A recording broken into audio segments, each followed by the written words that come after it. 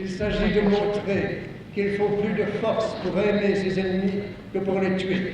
C'est ceci que Martin Luther King a entrepris de démontrer. Nous l'accueillons avec beaucoup de respect et avec beaucoup d'émotion, n'est-ce pas? Nous le remercions de nous avoir consacré cette soirée.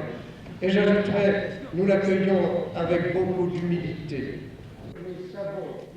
C'est le pasteur Charles Westphal, président de la Fédération protestante de France, qui accueille Martin Luther King, prix Nobel de la paix, venu à Paris pour 2 jours.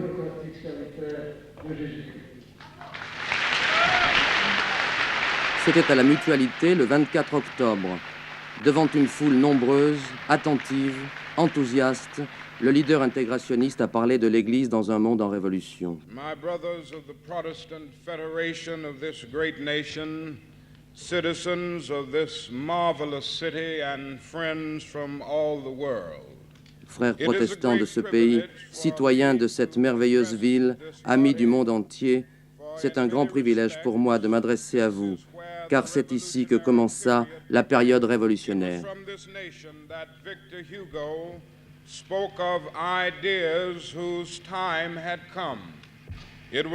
C'est dans ce pays que Victor Hugo parla des idées dont le temps était venu, que Rousseau montra les responsabilités des gouvernements envers leurs sujets.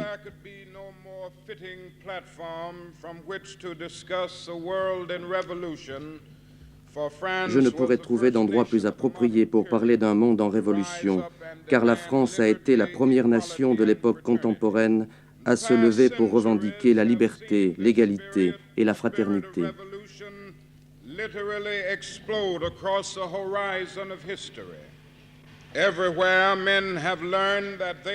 Ces derniers siècles ont été témoins d'une véritable explosion de l'esprit révolutionnaire sur tout l'horizon de l'histoire. Partout, les hommes ont appris qu'ils possèdent, en vertu de leur naissance, certains droits inaliénables. L'Église a une grande part de responsabilité dans le mouvement révolutionnaire.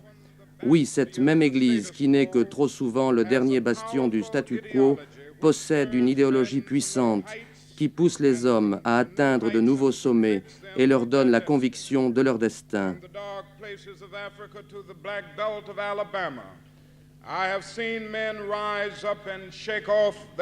Des sombres régions d'Afrique à la ceinture noire de l'Alabama, j'ai vu des hommes se lever et secouer leurs chaînes simplement parce qu'ils avaient brusquement pris conscience qu'ils étaient des enfants de Dieu et qu'en tant qu'enfants de Dieu, ils ne pouvaient accepter d'être les esclaves d'aucun homme.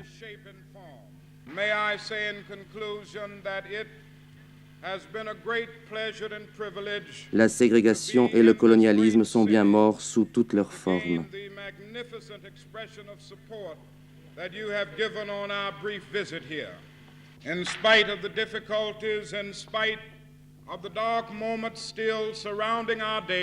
Malgré les difficultés, je peux retourner aux États-Unis en chantant plus que jamais « Nous triompherons, oui, nous triompherons ».